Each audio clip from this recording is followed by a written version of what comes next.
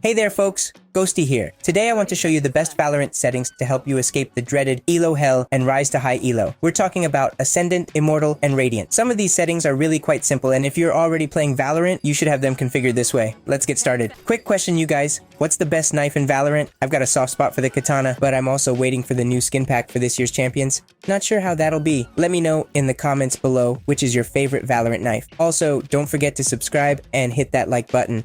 It really helps a lot. First things first, we'll go to General and then to the mouse section. Go to Raw Input Buffer Beta, and we're going to turn it off. Many people have this option turned on by default, and many others consciously turn it on. So why does it matter? This option is mostly for gaming mice with a refresh rate higher than 1000 Hz. If you have a mouse with a refresh rate higher than 1000 Hz, turn it on. If not, leave it off, as it can cause increased input lag with your mouse. I usually have it off, but feel free to experiment and see which option feels better for you. Next, we're gonna head over to map. In the map settings, we're gonna pick the rotate option. I personally prefer the map to rotate, but this is up to personal preference. You can choose fixed or rotate. I usually set it to rotate. You should set keep player center to off. For minimap size, you should set this to 1.2 and minimap zoom to 0.866. Also, set show map region names to always. Why, you might ask? So that you have a perfect view of the entire map from A to B. I like the rotation as it helps me get my bearings depending on where I am on the map. The thing is that often in Valorant, in both low and high ranks, a lot of players don't communicate and just rely on magic for team coordination. That's where a large minimap comes in handy. You can rely less on team communication this way. With such a large map, you can always see what's happening at site A, what's going on at the site B, and keep track of the overall game situation. I also like having the names of the map sections large on the minimap. Why? Because it also makes learning the callouts much easier. Whether someone is at mid-market, mid-pizza, window, rufflers, wine, or main, this way you can give better calls or even understand the calls from your team. Also, in the same settings section, you want to go to others, and in the show bullet tracers option, you are going to set it to on. Why would you set it to on? Because when you shoot, you can see where your bullets are going and also see the bullets coming at you. If there's some smoke in your way and this option is on, you can still see where the bullets are going. This allows you to understand more or less where the enemy is located and try to fire back through the smoke. Lastly, we'll head over to controls.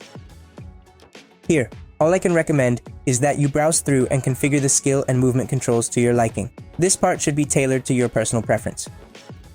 According to my personal preference, this is how I have set it up, and I thought you might be interested.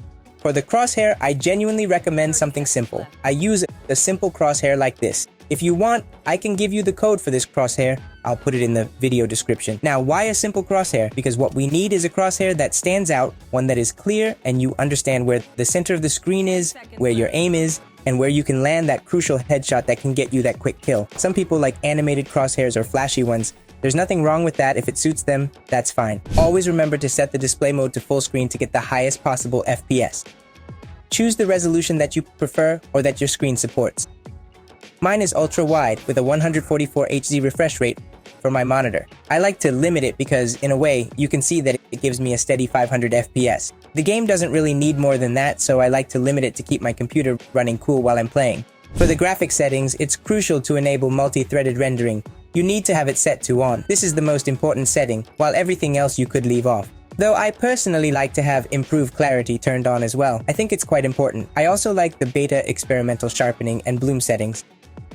Bloom is essential because it effectively makes enemies shine more or gives certain skins a unique glow, like this katana. As you can see, there's a LED-like strip inside the katana, which makes the game look much more attractive. Some people prefer to set this in the middle, go with the 4x option, and then choose 16x. Doing this makes the game look a bit more pleasing and striking, further highlighting enemies and giving the game a more 3D feel, which I actually love. As you can see, the RGB of the katana brightly illuminates, thereby enabling you to spot enemies more easily. Moving on, we'll go to the stats. Honestly, I only really care about being able to see the FPS at the top of the screen. If you want to see your ping and other stats, this is where you tweak those settings. For the audio, it's really important to set it to stereo and turn on the HRTF option. This will make sounds like footsteps, weapon reloads, and weapon drops louder and clearer, effectively giving you more valuable information in those vital little details so you can figure out where your enemies are. So there you have it, guys. Those are the settings I'd recommend. When it comes to sensitivity, it should be very personal. What you could do is use the sensitivity of any gamer you admire as a base. In my case, I play at 800 DPI with an in-game sensitivity of 0.2, as you can see.